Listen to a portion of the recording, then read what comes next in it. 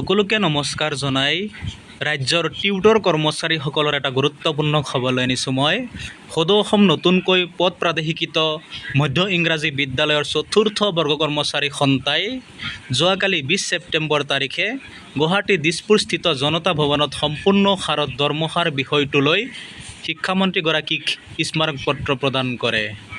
2021 বৰ্ষত পদ প্ৰাদেশিকৃত হোৱা এইসকল টিউটৰ কৰ্মচাৰীয়ে ৰাজ্যৰ শিক্ষামন্ত্ৰীক স্মাৰক পত্ৰ প্ৰদান কৰে সম্পূৰ্ণ হাৰত দৰমহা দিয়াৰ দাবীৰে আৰু চাকৰি নিয়মীয়াকৰণ কৰাৰ দাবীৰে। সুদীৰ্ঘ 20-30 বছৰ বিনা বেতনে কৰ্মৰত হৈ থকাৰ পিছত এইসকল কৰ্মচাৰীৰ 2021 বৰ্ষত পদ প্ৰাদেশিকৃত হৈছিল, কিন্তু এইসকল কৰ্মচাৰীসকলৰ চাকৰি এতিয়ালৈকে নিয়মীয়াকৰণ নহ'ল। সম্পূৰ্ণ হাৰত এইসকল টিউটৰ কৰ্মচাৰীয়ে দৰমহা নাপায়।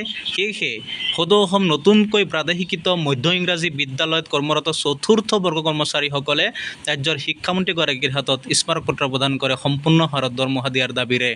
যিসকলে এই চেনেলটো ছাবস্ক্ৰাইব কৰা নাই তেওঁলোকে অনুগ্ৰহ কৰি চেনেলটো ছাবস্ক্ৰাইব কৰি সোঁফালে থকা বেল আইকনটো প্ৰেছ কৰি থ'ব। শিক্ষা বিভাগৰ যিকোনো গুৰুত্বপূৰ্ণ খবৰসমূহৰ লগতে অপ্ৰাদেশিকৃত বিদ্যালয়সমূহত কৰ্মৰত শিক্ষক কৰ্মচাৰী, টিউটৰ শিক্ষক, টেট উত্তীৰ্ণ শিক্ষক সমাজ, ঠিকাভিত্তিক টেট উত্তীৰ্ণ শিক্ষক, ষ্টেট পুল শিক্ষক, অংগনবাদী কৰ্মী সহায়িকাসকলৰ গুৰুত্বপূৰ্ণ খবৰসমূহ মই প্ৰতিদিনে দি থাকিব চেষ্টা কৰিম। ধন্যবাদ।